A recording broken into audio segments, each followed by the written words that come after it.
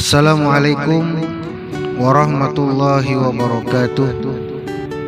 Bismillah, alhamdulillah, wassalatu wassalamu ala rasulillah Sayyidina wa maulana Muhammad ibn Abdillah wa ala alihi wa sahbihi wa man walah, amma ba'du. Ikhwani rahimakumullah, kembali lagi. Hari ini kita akan menceritakan tentang kisah-kisah kerinduan para sahabat kepada baginda Rasul Sallallahu Alaihi Wasallam. Kali ini cerita yang akan kami kisahkan berjudul Tangisan Rasul. Diceritakan bahwa kota Taif terletak 75 mil tenggara Mekah, adalah kota terbesar ketiga setelah kota Makkah dan kota Madinah. Kota itu telah mendapat kemuliaan besar karena ia pernah didatangi oleh Rasulullah Shallallahu Alaihi Wasallam dalam perjalanan dakwah beliau. Tercatat 2 kali beliau mengunjungi kota tersebut, yaitu bulan Syawal tahun ke-10 setelah kenabian dan bulan Syawal tahun ke-8 setelah hijrah. Ikhwani rahimakumullah, penduduk kota Taif ini merupakan orang-orang kaya dan berkuasa. Orang-orang kaya dan para pemuka Quraisy bahkan membangun istana-istana mereka di Taif. Biasanya mereka menghabiskan bulan-bulan musim panas di kota itu. Kekayaan yang melimpah itu kemudian mengakibatkan kerusakan moral masyarakatnya. Orang-orang kaya di Taif senang melakukan riba, zina, dan minum-minuman keras. Ikhwani rahimakumullah, kepemimpinan kota Taif dipegang oleh orang-orang dari kalangan Bani Thaqif, salah satu suku terbesar di Jazirah Arab yang diakui kekuatan dan kekayaannya. Taif diriwayatkan bahwa adalah dia tempat penyembahan Lata, patung yang disembah dan dijadikan tujuan ritual tahunan. Sebagaimana Mekah yang menjadi tempat penyembahan Hubal, patung terbesar kaum Quraisy.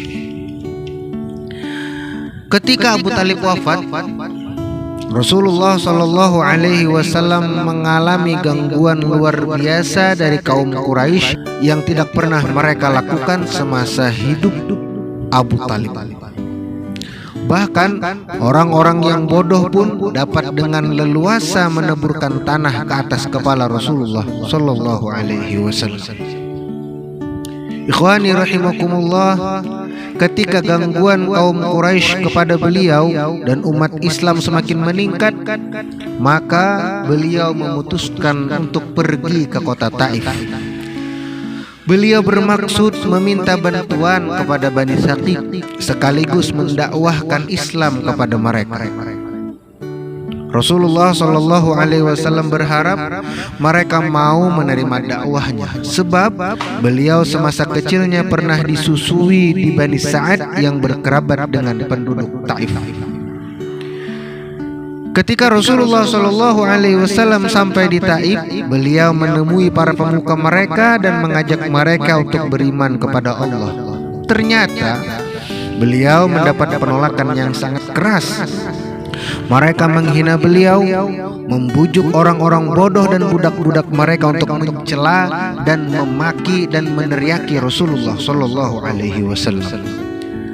Ikhwani, ketika Rasulullah menyadari bahwa ajakannya ditolak dengan keras, maka bersama Zaid bin Harith beliau segera meninggalkan kota Taif. Tetapi penduduk Taif tidak membiarkan beliau keluar dengan aman. Mereka terus mengganggu Rasulullah. Mereka membentuk 2 barisan sepanjang jalan Rasulullah di kanan dan di kiri beliau.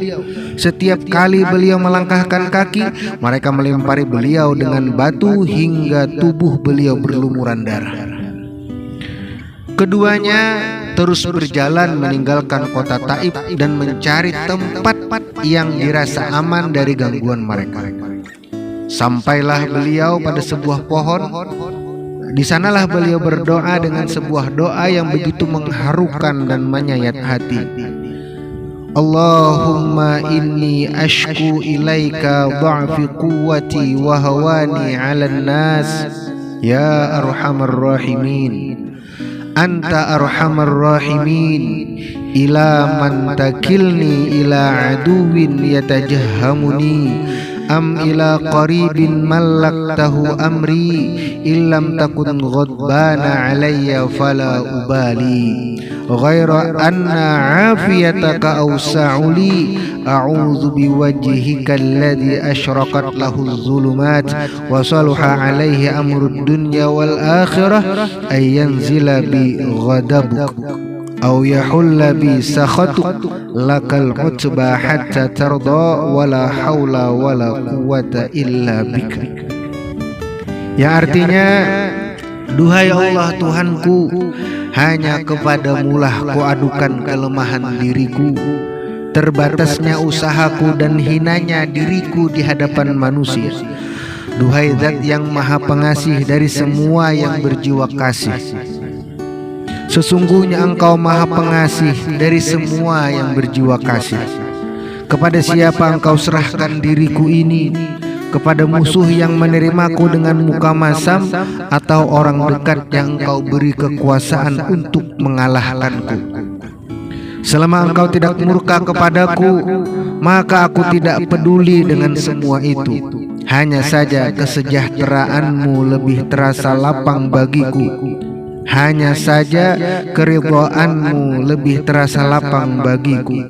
Ya Allah, aku ridha atas semua ini agar Engkau pun ridha kepadaku. Sesungguhnya tiada daya dan upaya kecuali dengan izin-Mu. Hadis riwayat Tabrani.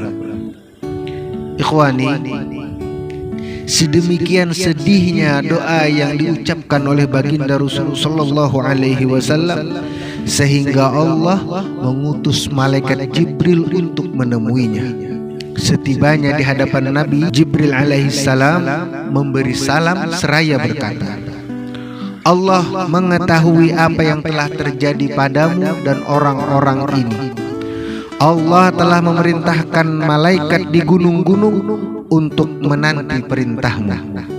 Sambil berkata demikian, Jibril memperlihatkan para malaikat itu kepada Rasulullah sallallahu alaihi wasallam. Ya Rasulullah, sesungguhnya Allah telah mendengar ucapan kaummu dan bantahan mereka terhadapmu. Aku adalah malaikat pengawal gunung. Allah subhanahu wa ta'ala telah mengutusku kepadamu untuk melaksanakan apa yang kamu perintahkan kepadaku. Sekarang apakah yang kamu kehendaki? Jika engkau berkehendak agar aku menimpakan dua gunung ini atas mereka, niscaya aku lakukan, wahai Rasulullah. Mendengar tawaran itu, Rasulullah sallallahu alaihi wasallam yang berlumuran darah, sedih atas penolakan umatnya, beliau segera menunjukkan belas kasihnya. Dengan lembut beliau berkata kepada malaikat tersebut, jangan lakukan itu. Aku justru berharap semoga Allah mengeluarkan dari tulang sulbi mereka keturunan yang menyembah Allah semata dan tidak mempersekutukannya dengan sesuatu apapun. Hadis riwayat Bukhari dan Muslim. Kita mengetahui bahwa beliau dilukai kepalanya, ditanggalkan giginya, lututnya berdarah karena lemparan batu, tubuhnya dilumuri kotoran, rumahnya dilempari kotoran ternak. Beliau dihina dan disiksa dengan keji. Namun bagaimana balasan beliau? Kasih sayang. Beliau membalas itu dengan cinta dan kasih sayang. Kendati dakwahnya ditolak dan ditentang dengan keras, beliau tetap bersabar dan berpikir jauh ke depan. Tujuan utama dakwah adalah menyelamatkan umat manusia dari neraka dan murka Allah. Sayangnya saat ini sering kita lihat sebagian orang yang bersikap tergesa-gesa dalam berdakwah. Mereka berharap dapat segera memetik hasil. Namun coba lihatlah bagaimana perjuangan Rasulullah SAW. Setelah bersabar dan berjuang selama bertahun-tahun, barulah cita-cita beliau terwujud. Alangkah buruknya akhlak kita bila tak mencintai Nabi sebagaimana Nabi mencintai kita, berkorban untuk kita dan meneteskan air matanya untuk kita. Dari kisah ini, apakah kita rela dengan Nabi yang berdakwah seorang diri kemudian dilempari batu hingga berdarah-darah, sementara umatnya yang begitu banyak hanya bisa berdiam diri? Ikhwani, tangisan sang Nabi hendaknya menjadi pengingat untuk kita, untuk lebih mencintainya, untuk lebih membelanya, bahkan berkorban nyawa untuk Rasulullah SAW, sebagaimana beliau telah berkorban nyawa untuk kita semua agar kita selamat dari siksa api neraka. Maka dari itu, hai ikhwani rahimakumullah, melalui kisah ini, melalui kisah perjuangan baginda Rasulullah SAW di kota Taif, yang mana beliau disiksa dan ditolak oleh rakyat, oleh masyarakat Taif, maka hendaknya dalam kita berdakwah kepada Allah Subhanahu wa Ta'ala, janganlah memandang siksaan orang lain, janganlah memandang celaan orang lain, tetapi kita pandanglah hanya ridha dari Allah Subhanahu wa Ta'ala, dan mudah-mudahan Rasulullah bertambah cinta kepada kita sebagai umatnya. Itu saja ikhwani rahimakumullah, semoga bermanfaat. Wassalamualaikum warahmatullahi wabarakatuh.